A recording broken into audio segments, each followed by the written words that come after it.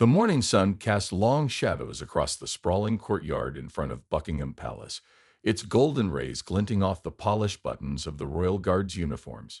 Tourists from all corners of the globe milled about, snapping photos, consulting maps, and marveling at the grandeur of one of London's most iconic landmarks.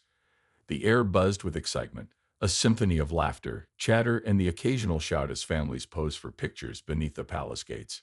Among the throng stood Private Thomas Reed, a young but formidable figure clad in the traditional red tunic and bearskin hat of the Queen's Guard. His posture was impeccable, his rifle held perfectly vertical against his shoulder, and his expression a mask of unwavering resolve. To the untrained eye, he might have appeared carved from stone, a living statue meant to awe and intimidate, but those who knew him understood the discipline required to maintain such composure. For Thomas, days like these were both a privilege and a test of endurance. He had joined the Royal Guard not just out of patriotism, but also because he admired the regiment's reputation for excellence.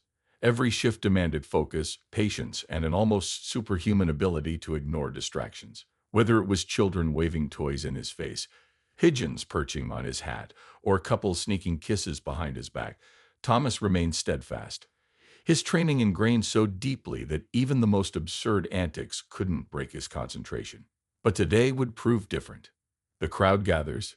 As the clock struck mid-morning, the flow of tourists intensified. Groups poured through the gates, eager to catch a glimpse of history before moving on to their next destination. Among them were 5 particularly boisterous travelers, a mix of college students and young professionals hailing from Australia. They wore matching neon fanny packs and carried selfie sticks, their energy infectious as they laughed and joked about everything from British accents to the peculiar sight of men wearing furry hats. One of them, a lanky guy named Jake, pointed toward Thomas with exaggerated enthusiasm. "Look at this dude," he exclaimed, nudging his friend Mia. "He hasn't moved in like 10 minutes. Is he even real?" Mia squinted, tilting her head dramatically. "Maybe he's some kind of robot. Let's poke him and see if he blinks." Their banter drew giggles from the rest of the group, including Sarah, the designated photographer, who already had her phone ready to capture whatever mischief they cooked up next. While other tourists admired the guards from afar, respecting their role as symbols of tradition, this group viewed them more as props in their vacation adventure, a static backdrop ripe for entertainment. "Bet you can't get close enough to touch his hat," Jake teased, raising an eyebrow at Mia. She rolled her eyes but grinned mischievously. "Please, that's too easy." Without hesitation, she sidled closer to Thomas, pretending to adjust her camera settings. When she was within arm's reach, she reached out ever so slightly, brushing the tip of his hat with her fingertips. The movement was subtle enough that no one, not even Thomas, seemed to notice. But the thrill of getting away with it sent a ripple of excitement through the group. Okay, Jake whispered conspiratorially, pulling everyone into a huddle. "Here's the plan. Let's tie him to a pole. Just for fun. Totally harmless, right?" Sarah gasped, half laughing, half horrified. "Are you insane? What if he snaps or something?" "He won't," Jake assured her, grinning. "That's the whole point. They're not allowed to react. It's literally their job to stand there and take it." The idea took hold quickly, fueled by adrenaline and the intoxicating anonymity of being part of a large crowd. Before anyone could second-guess themselves, they began gathering materials, scarves, belts, and even a spare shoelace someone had tucked into their pocket. Their plan was crude but effective, a loose binding meant to mock rather than harm. The prank begins. With their makeshift ropes in hand, the group approached Thomas cautiously, trying to appear casual despite their pounding hearts. To any outsider, they looked like ordinary tourists stopping to admire the view, or perhaps snap a quick photo with the guard. No one suspected their true intentions. "Ready?" Jake murmured, his voice barely audible over the hum of the crowd. Mia nodded, biting her lip to suppress a nervous laugh. Slowly, she looped her scarf around the base of the lamppost near Thomas, careful not to make eye contact. As she tightened the knot, Sarah stepped forward, adding another layer with her belt. One by one, the others joined in, each contributing a piece of fabric until Thomas was loosely tethered to the pole. Throughout it all, Thomas didn't flinch. His gaze remained fixed straight ahead, his breathing steady, betraying no hint of discomfort or irritation. To the pranksters, this stoic response only emboldened them further. They exchanged triumphant grins, thrilled by the absurdity of what they'd accomplished. "Classic," Jake declared, holding up his phone to record the scene. This is going viral for sure. Crossing the line. At first, the prank seemed harmless enough, a bit of playful rebellion against authority. But as the group grew bolder, their actions edged closer to outright disrespect.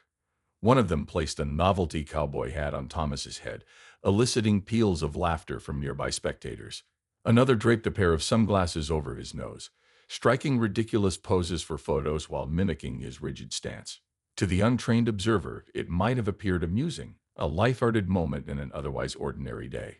But for Thomas, the situation was anything but funny. Beneath his calm exterior, frustration simmered. These weren't mere annoyances. They were deliberate attempts to undermine his dignity and professionalism. Still, he refused to react. Protocol dictated that he remain immobile under all circumstances, even if it meant enduring humiliation. Instead, he relied on subtle cues to signal for help, discreetly adjusting the angle of his rifle to catch the attention of fellow guards stationed nearby. Tension builds. As the prank continued, cracks began to form among the onlookers. Some cheered along with the tourists, egging them on with shouts of encouragement.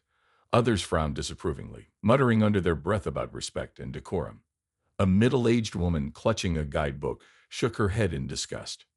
"They shouldn't be doing that," she said loudly enough for those around her to hear. "It's disrespectful." Her words sparked a debate among the crowd. While some agreed, others shrugged it off as harmless fun.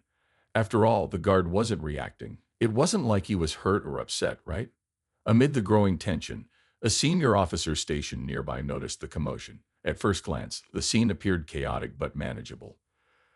However, upon closer inspection, he recognized the gravity of the situation. Not only was the guard compromised, but the integrity of the entire unit was at stake. Without hesitation, he radioed for backup. Within moments, reinforcements were mobilized, their polished boots clicking sharply against the pavement as they rushed toward the lamppost, foreshadowing the rescue.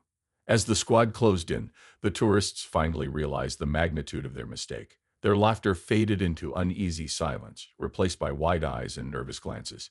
Jake instinctively lowered his phone, sensing that the tide had turned against them. Thomas, still tied to the pole, allowed himself the briefest flicker of relief. Help was on the way, and justice would soon follow. The scene around Private Thomas Reed had transformed from a picturesque tourist attraction into something resembling a chaotic spectacle. The once reverent atmosphere now buzzed with conflicting emotions, laughter, disbelief, and mounting unease, as the group of pranksters pushed their antics further than anyone anticipated. While they reveled in their mischief, oblivious to its implications, the crowd surrounding them began to splinter into factions. Those who found it amusing, those who disapproved, and those who simply watched in stunned silence. For Thomas, standing rigidly tethered to the lamppost, the situation felt surreal. Every fiber of his being screamed to move, to shake off the bindings, step away, or at least glare sternly at his tormentors. But years of training held him fast. His discipline was both a shield and a cage, protecting his dignity while rendering him powerless to stop the escalating humiliation. Yet beneath his stoic exterior, anger simmered like a storm waiting to break. Escalation. Encouraged by their initial success, and emboldened by the absence of any reaction from Thomas, the pranksters grew increasingly audacious. Jake, the self-appointed ringleader, reached into his backpack and pulled out a brightly colored foam clown nose, which he promptly placed over Thomas's own. The absurdity of the image drew gales of laughter from the pranksters and some sympathetic chuckles from nearby tourists. "Look at him!" Jake crowed, pointing at Thomas as if introducing a carnival act. "Ladies and gentlemen, give it up for the world-famous Buckingham Palace mime." Mia joined in, mimicking Thomas's stiff posture and saluting mockingly. Sarah captured every moment on her phone, panning between the guard and the prankster's antics. Meanwhile, another member of the group draped a tourist map across Thomas' rifle like a flag, completing the caricature of a soldier-turned-sideshow attraction. To outsiders, it might have seemed harmless, an impromptu performance meant to entertain rather than harm. But for Thomas, each new addition chipped away at his pride. The cowboy hat, the sunglasses, the clown nose, they weren't just props. They were symbols of disrespect aimed squarely at the institution he represented. Each laugh directed at him echoed louder in his mind, amplifying his internal struggle. Still, he refused to break protocol. Instead, he focused on subtle movements, A slight shift of his rifle here, a barely perceptible tilt of his head there, hoping to catch the attention of his comrades without alerting the pranksters. If he could signal for help discreetly, perhaps reinforcements would arrive before things spiraled further out of control. Bystanders react. Not everyone in the crowd found the prank amusing. As the tourist's behavior became more outrageous, murmurs of disapproval rippled through the gathering. A middle-aged man wearing a tweed jacket stepped forward, addressing the pranksters directly. "This isn't funny," he said sharply, his voice cutting through the noise. "These men are serving their country. Show some respect." Jake smirked, clearly unfazed. "Relax, mate. It's just a bit of fun." "He's not even moving." "That's the point," the man shot back, his tone hardening. "He's sworn to protect this palace and everything it stands for. What you're doing is an insult, not just to him, but to everyone who values tradition and duty." His words resonated with several onlookers who nodded in agreement. One elderly woman clutched her purse tightly, shaking her head in disgust. "I've seen enough," she muttered, turning to leave. "This used to be a place of honor." Despite these protests, the pranksters pressed on, seemingly convinced that their actions were justified because Thomas hadn't reacted. Their confidence blinded them to the growing tension among the spectators, and to the fact that they were rapidly losing support. Crossing the line. It was Sarah who unknowingly crossed the final boundary. In her quest for the perfect photo op, she climbed onto the base of the lamppost and leaned against Thomas, pretending to pose dramatically with him. Her weight caused the ropes binding him to tighten slightly, eliciting a sharp intake of breath from Thomas, a rare slip in his otherwise flawless composure. Though brief, the sound was unmistakable. Several bystanders gasped, realizing that the prank had gone too far. Even Jake hesitated, glancing nervously at his friends. For the first time, doubt flickered across their faces. "Maybe we should stop," Maya suggested quietly, tugging at Jake's sleeve. "This feels wrong." But before they could untie Thomas, the situation escalated further. Another tourist, a burly man with a thick Scottish accent, stepped forward, his face flushed with anger. "Get off him, lass," he barked at Sarah, gesturing emphatically. "You've made your point. Now leave the poor lad alone." Sarah scrambled down quickly, her cheeks burning with embarrassment. The pranksters exchanged uneasy glances, suddenly aware that they'd lost the goodwill of the crowd. Their laughter faded, replaced by awkward shuffling and muttered apologies. Subtle signals. Throughout the ordeal, Thomas maintained his rigid stance, though his mind raced with strategies for escape. He knew better than to call out or attempt to free himself.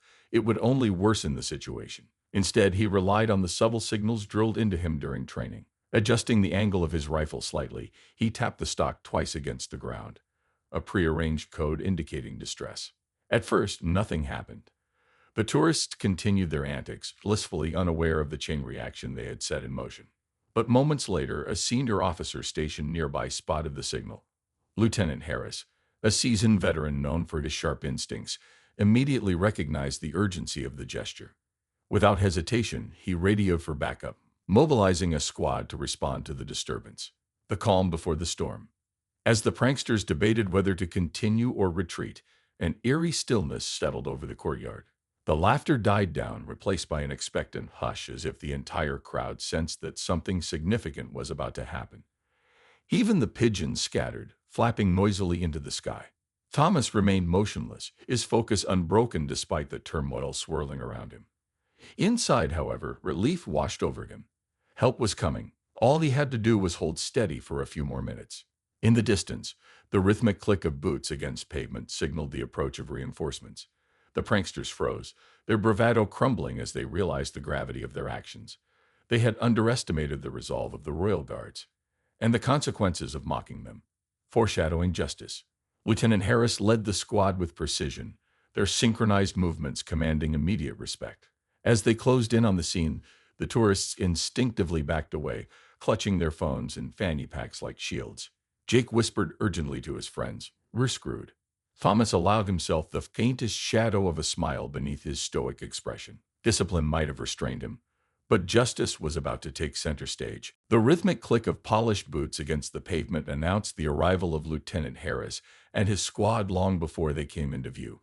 Each step was deliberate, synchronized, and commanding, a stark contrast to the chaotic scene unfolding around Private Thomas Reed. As the reinforcements approached, the atmosphere in the courtyard shifted palpably. What had been a cacophony of laughter and murmured protests now fell silent, replaced by an almost reverent hush. Lieutenant Harris led the charge, his towering frame clad in the same iconic red tunic and bearskin hat as the rest of his unit. His expression was unreadable but undeniably intimidating. A mask of authority that demanded respect without uttering a single word. Behind him marched 6 additional guards, their rifles held at attention, their movements precise and unwavering. To the tourists who had mocked Thomas moments earlier, this display of discipline felt less like a rescue mission and more like a military operation. Swift action. Without hesitation, Lieutenant Harris assessed the situation. His sharp eyes took in every detail, the scarves and belts binding Thomas to the lamppost, the cowboy hat perched absurdly atop his head, and the remnants of props scattered nearby. He didn't need words to convey his displeasure. The steely glint in his gaze said it all. "Stand down," he ordered curtly, addressing the pranksters directly. His voice carried an unmistakable weight, cutting through the silence like a blade. "Step away from the guard." The group froze, their bravado evaporating instantly. Jake raised his hands defensively, stammering, we were just messing around. We didn't mean any harm." Harris ignored the excuse, issuing another command over his shoulder. "Corporal Mitchell, secure the area. Sergeant Briggs, untie Private Reed." 2 members of the squad sprang into action. Corporal Mitchell moved to block off the immediate vicinity, ensuring no one could interfere or record further footage. Meanwhile, Sergeant Briggs approached Thomas with practiced efficiency, carefully removing the makeshift bindings while maintaining a respectful distance. Though Thomas remained stoic throughout the process, the relief in his posture was evident. His shoulders relaxed ever so slightly, and his grip on his rifle loosened. Within seconds, Thomas was free. He adjusted his uniform instinctively, straightening his tunic and readjusting his bearskin hat to its proper position. Despite the ordeal, he showed no signs of distress beyond a faint crease in his brow, a testament to his training and professionalism. Confrontation. Once Thomas was secured, Lieutenant Harris turned his full attention to the pranksters. Towering over them, he radiated authority, his presence alone enough to make even the boldest among them shrink back. "You will delete all recordings immediately," Harris instructed, his tone leaving no room for argument. "And you will remain here until we confirm compliance." Sarah fumbled with her phone, hastily deleting photos and videos captured during the prank. Her hands trembled as she navigated her gallery, acutely aware of the lieutenant's piercing gaze fixed on her every move. The others followed suit, frantically scrubbing their devices under the watchful eyes of the guards. Jake attempted to protest weakly. "Come on, man, it was just a joke. Why are you making such a big deal out of this?" Harris stepped closer, his voice low but razor-sharp. "A joke?" he repeated, his words dripping with disdain. "You tied a member of Her Majesty's Royal Guard to a pole. You disrespected not only him, but also the institution he represents. Do you understand the gravity of your actions?" The pranksters exchanged uneasy glances, their earlier confidence completely shattered. For the first time, they seemed to grasp the seriousness of what they'd done. Their harmless fun wasn't just rude. It was an affront to national pride and tradition. Public shaming. As the squad dealt with the pranksters, the crowd of bystanders began to disperse, though not before voicing their opinions. Some clapped approvingly as the guards restored order, clearly pleased to see justice served. Others muttered scathing remarks about the tourists' behavior, shaking their heads in disgust. "You should be ashamed of yourselves," one woman snapped, glaring at the group. "This isn't how civilized people behave." Another man chimed in, addressing Jake specifically. "You lot come here, enjoy our hospitality, then treat us like some kind of circus act. Disgraceful." The criticism stung, adding to the pranksters' growing sense of shame. They stood awkwardly, avoiding eye contact with both the crowd and the guards, their neon fanny packs suddenly feeling more like badges of dishonor than souvenirs. Restoring dignity. With the pranksters subdued and the recordings deleted, Lieutenant Harris signaled for Thomas to fall back into formation alongside his comrades. Together, the squad presented a united front, a wall of red tunics and gleaming buttons that commanded respect and admiration. Before dismissing the pranksters, Harris delivered a final reprimand. "Consider yourselves fortunate that this incident ends here. Any repeat offenses will result in legal consequences. Understood?" The group nodded vigorously, too intimidated to speak. Without another word, they slunk away, disappearing into the throng of tourists still milling about the palace grounds. Their once boisterous energy had vanished, replaced by quiet remorse and embarrassment. Private redemption. Once the commotion subsided, Thomas finally allowed himself a moment of reflection. Standing shoulder to shoulder with his fellow guards, he felt a renewed sense of pride, not just in his role but in the camaraderie and unity of his unit. The rescue hadn't just saved him from humiliation. It had reaffirmed the values they all shared: discipline, loyalty, and unwavering dedication to duty. Lieutenant Harris approached him briefly, offering a rare smile beneath his stern exterior. "Good work, Reed. Protocol upheld. That's what counts." Thomas nodded gratefully, his voice steady despite the whirlwind of emotion swirling inside him. "Thank you, sir. I appreciate the support." Though the incident would undoubtedly linger in his memory, Thomas knew it wouldn't define him. If anything, it reinforced why he had chosen this path: to embody strength, resilience, and honor in the face of adversity. Foreshadowing consequences.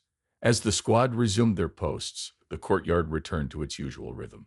Tourists resumed taking photos, children chased pigeons across the cobblestones, and the palace gates loomed majestically in the background.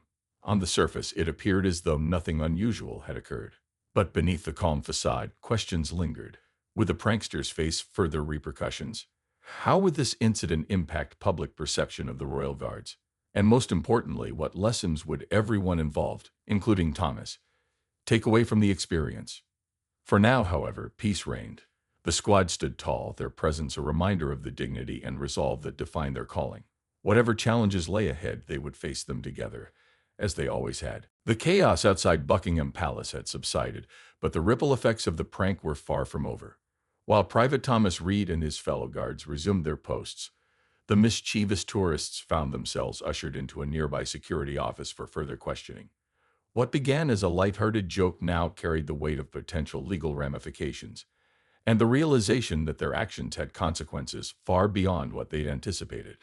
Inside the dimly lit room, the atmosphere was tense. The pranksters sat stiffly in mismatched chairs, their neon fanny packs slung awkwardly over their shoulders, as if trying to blend into the institutional gray walls. Lieutenant Harris stood at the head of the table, flanked by two additional officers who documented every detail of the interrogation. His demeanor remained stern, his tone clipped and authoritative. "You're aware," Harris began, leaning forward slightly, "that interfering with a member of Her Majesty's Royal Guard is not only disrespectful but also illegal." Jake shifted uncomfortably, avoiding eye contact. "We didn't know it was that serious. Honestly, we thought it was just, part of the experience." "Part of the experience," Harris echoed, his voice rising slightly. "Binding a soldier to a lamppost while mocking his uniform is hardly part of the experience. You violated protocol, disrespected centuries of tradition, and embarrassed yourselves in front of an international audience." Mia sank lower in her chair, visibly shrinking under the lieutenant's glare. "We didn't mean any harm," she mumbled weakly. "It was supposed to be funny." "Funny," Harris shot back, slamming a folder onto the table for emphasis. "Do you find it funny when people belittle your culture or mock symbols of your identity? Would you laugh if someone tied you up and ridiculed your values?" The group fell silent, unable to respond. For the first time, they fully grasped the gravity of their actions, not just as a breach of decorum, but as an act of cultural insensitivity. Their laughter had masked ignorance, and their carelessness had crossed a line they hadn't even realized existed. Disciplinary measures. After reviewing the evidence, including witness statements and deleted footage, the authorities decided on a course of action. Though charges could have been pressed, the decision was made to issue formal warnings instead, accompanied by fines and mandatory community service hours. Additionally, the tourists were required to write letters of apology, not only to Thomas, but also to the royal household and the British public. For Jake and his friends, this outcome felt like both a reprieve and a punishment. On one hand, they avoided criminal records. On the other, the humiliation of being reprimanded so publicly would haunt them long after their vacation ended. As they scribbled out heartfelt apologies under the watchful eyes of the officers, each word felt heavier than the last. "We deeply regret our behavior," Jake wrote, his handwriting shaky. "We failed to understand the significance of the Royal Guard's role and unintentionally caused offense. Please accept our sincerest apologies." Though sincere, the letters couldn't erase the sting of their actions. They serve as a reminder that ignorance is no excuse, and that respect must always come before amusement. Thomas Reflections. Back at his post, Private Thomas Reed appeared unchanged to the casual observer. He stood tall, his rifle perfectly vertical against his shoulder, his gaze fixed straight ahead. Yet beneath his stoic exterior, emotions swirled, a mix of pride, frustration, and relief. Later that evening, during a debriefing session with Lieutenant Harris and the squad, Thomas finally allowed himself to speak openly about the incident. "Sir," he began hesitantly, "I want to thank you all for stepping in today. I'm grateful for the support." Harris nodded approvingly. "You handled yourself admirably, Reed. Not many could endure such provocation without breaking protocol. That takes discipline." Thomas accepted the praise with humility, though his thoughts drifted to the emotional toll of the ordeal. "To be honest, sir, it wasn't easy. Every laugh felt like a jab, not just at me, but at everything we stand for. But I reminded myself why we do what we do. It's not about us as individuals. It's about representing something greater." His words resonated with the others, sparking a discussion about the challenges of maintaining composure in the face of ridicule. Each guard shared stories of similar encounters, moments when tourists tested their limits or pushed boundaries.